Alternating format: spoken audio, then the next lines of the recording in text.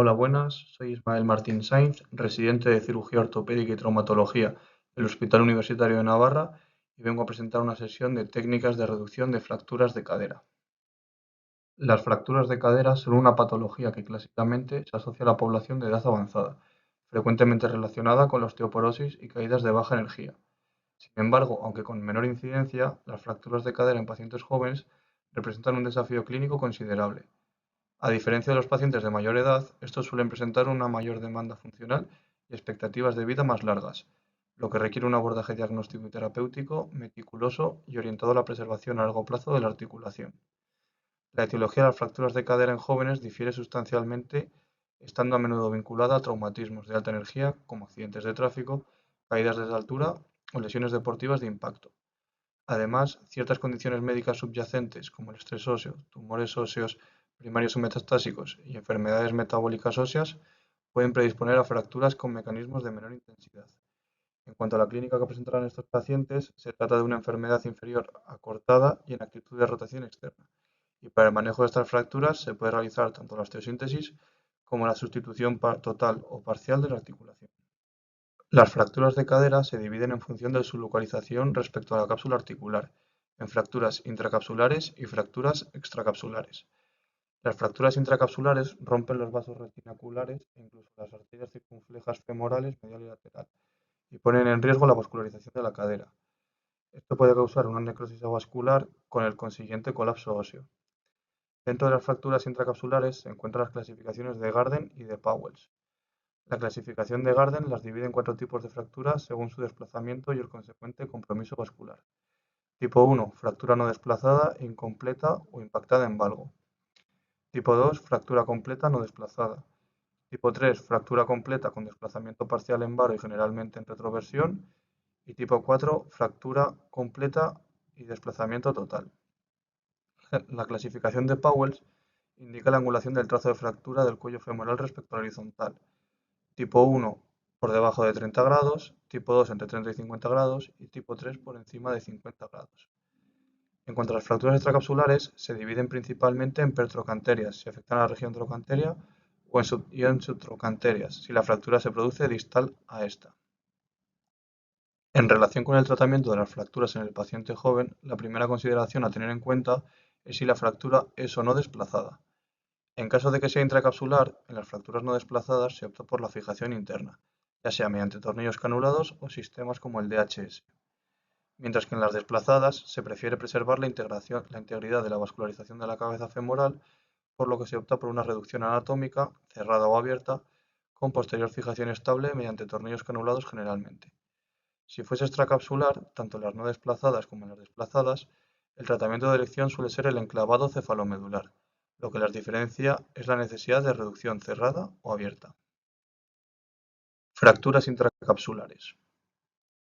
En cuanto a las fracturas intracapsulares, el objetivo de la cirugía es el mantenimiento de la articulación de cadera nativa, sin la posterior aparición de necrosis avascular de la cabeza femoral ni de pseudoartrosis. Para ello, se debe conseguir una reducción anatómica junto con la fijación estable de la fractura. Un metaanálisis ha descrito las tasas de complicaciones en pacientes jóvenes con fracturas de cadera intracapsulares, obteniéndose tasas de reintervención del 18%, necrosis avascular en el 14%, fallo del implante en el 10% y pseudoartrosis en el 9%. Estos datos coinciden con la literatura previamente publicada.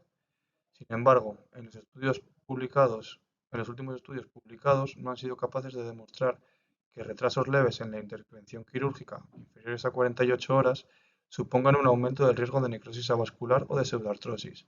Esto, en cambio, sí que contradice la literatura previamente publicada. De cara a la reducción en las fracturas intracapsulares, una calidad de reducción aceptable muestra los siguientes patrones.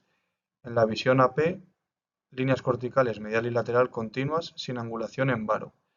En la vista lateral, anteversión normal sin retroversión y líneas corticales anteriores y posteriores continuas.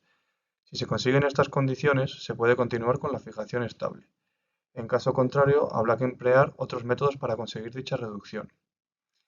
La reducción cerrada se realiza en la mesa de tracción, partiendo de una leve flexión con abducción para pasar a tracción longitudinal y rotación interna.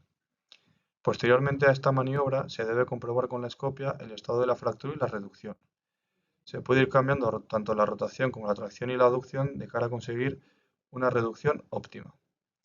Si la reducción cerrada no ha sido satisfactoria, se emplea la reducción percutánea. Para ello se pueden emplear los pines de Shanz que, junto con mangos en T, se emplean como joysticks de cara a manipular la fractura.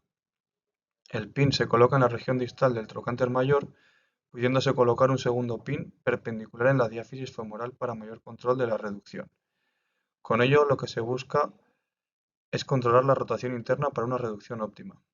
En caso de que la fractura presente una angulación en valgo, esta también se puede corregir mediante el empleo de un gancho de hueso, a través de una incisión anterolateral hasta llegar a la cortical medial. La reducción abierta suele emplearse en fracturas complejas o ante el fracaso de los intentos de reducción cerrada. Para ello existen principalmente dos abordajes: el anterior directo o Smith-Petersen, que expone directamente la cápsula, pero tiene el inconveniente de que requiere de otra incisión a nivel lateral para la introducción del material de fijación, y el anterolateral o Watson-Jones, que con una sola incisión permite realizar la reducción y la fijación, pero el acceso para la manipulación de la fractura no es tan directo. Un método de reducción abierta es el empleo de un pin de Shanz o de una aguja de Kirchner larga insertado lateralmente al cartílago articular. La combinación de rotación interna de la aguja con rotación externa de la extremidad permite exponer el foco de fractura para su desbridamiento y limpieza. Y con la maniobra contraria, es decir, rotación externa de la aguja y rotación interna de la extremidad, se consigue la reducción de la fractura. Si se requieren maniobras adicionales de reducción, se puede emplear un empujador en punta de bola de forma percutánea sobre la cortical lateral del fémur proximal, o incluso un gancho de hueso a nivel medial para hacer de contra. Otro método de reducción más directo es el empleo de dos tornillos corticales de 3,5 mm junto con una pinza de reducción de Farabev para manipular el desplazamiento y la rotación del fragmento. Una vez se consigue una reducción anatómica y se comprueba con la escopia, se debe fijar provisionalmente con agujas de Kirchner. Para la fijación estable, se prefiere por lo general el empleo de tornillos canulados en la conformación de triángulo invertido con patrón divergente o paralelo, habiendo demostrado resultados biomecánicos superiores. En casos de conminución posterior, se puede añadir un cuarto tornillo para mejorar la fuerza de la fijación. Igualmente, en patrones de alto riesgo como un Powell 3, el uso de un tornillo trocantérico largo ha demostrado ser superior. Otro método de fijación que también se puede emplear es el sistema DHS con tornillo antirrotacional, que se ha demostrado que confiere mayor estabilidad en fracturas altamente inestables como las Powell tipo 3, fracturas basicervicales o fracturas muy conminutas. Por último, como fijación complementaria, tanto en los tornillos canulados como en el DHS, se puede emplear una placa de contrafuerte inferomedial para aumentar la rigidez y la fuerza del montaje. Fracturas extracapsulares.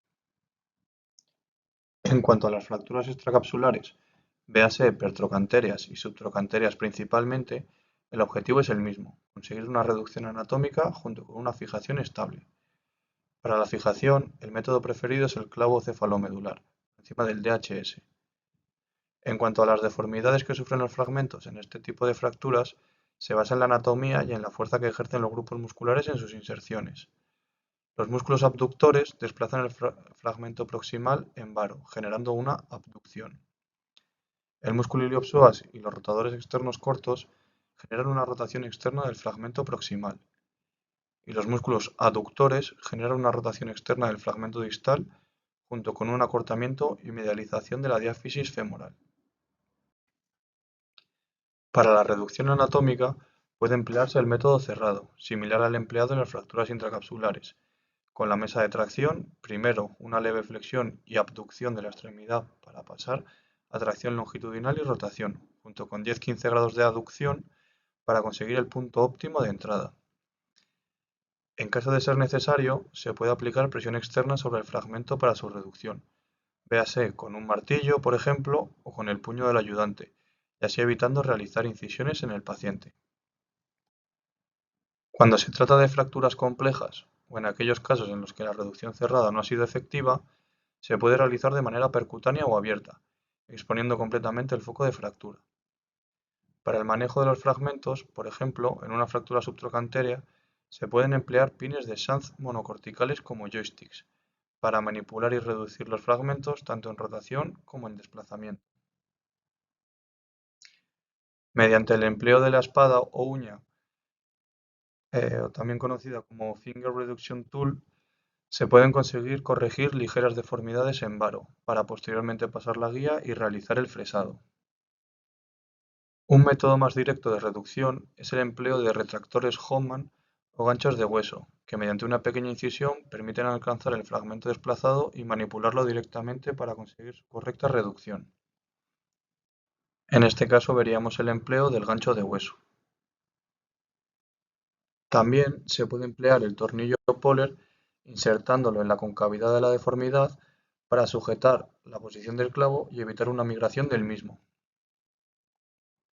En fracturas con grandes fragmentos se pueden clampar estos con pinzas de Verbrugge o incluso mediante cerclajes. En este caso se han empleado unas pinzas de Verbrugge para su correcta reducción. Y en este otro caso, para mantener la reducción, se ha empleado el cerclaje. Para la fijación estable de las fracturas extracapsulares se prefiere el uso de clavos cefalomedulares, pues estos requieren una menor disección de partes blandas, una menor potencial pérdida sanguínea, una restauración del eje mecánico del fémur y la posibilidad de carga inmediata, respecto a otras opciones como son el DHS o las placas de bloqueo de fémur proximal, que también son opciones que se encuentran disponibles para estas fracturas. Por lo tanto, como conclusiones de este trabajo, sacamos que la reducción anatómica sigue siendo el objetivo primordial. Una alineación adecuada de los fragmentos fracturados es crucial para minimizar el riesgo de complicaciones a largo plazo, incluyendo la necrosis avascular de la cabeza femoral y la pseudoartrosis. No existe una técnica de reducción universalmente superior para todos los tipos de fractura. La elección de la técnica debe individualizarse en función de la clasificación de la fractura, intracapsular o extracapsular, el patrón específico de la fractura, el tiempo transcurrido desde la lesión, las comorbilidades del paciente y la experiencia del cirujano. La reducción cerrada asistida por escopia es una herramienta valiosa en muchos casos. Permite una manipulación no invasiva y una visualización en tiempo real de la reducción, minimizando la agresión quirúrgica inicial. Sin embargo, requiere experiencia y no siempre es factible para fracturas complejas o con gran desplazamiento. La reducción abierta puede ser necesaria en fracturas complejas, impactadas o cuando la reducción cerrada no sea satisfactoria. Si bien implica una mayor exposición quirúrgica, permite una visualización directa de la fractura y una reducción más precisa, especialmente en fracturas desplazadas del cuello femoral o en fracturas pertrocantérias con minuta. Y el uso de sistemas de fijación estables es fundamental para mantener la reducción obtenida. La elección del implante, ya sean tornillos canulados, placa deslizante de cadera o clavos cefalomedulares, dependerá del tipo de fractura y la calidad ósea del paciente. Una fijación inadecuada puede llevar a la pérdida de la reducción y al fallo del tratamiento. Muchas gracias.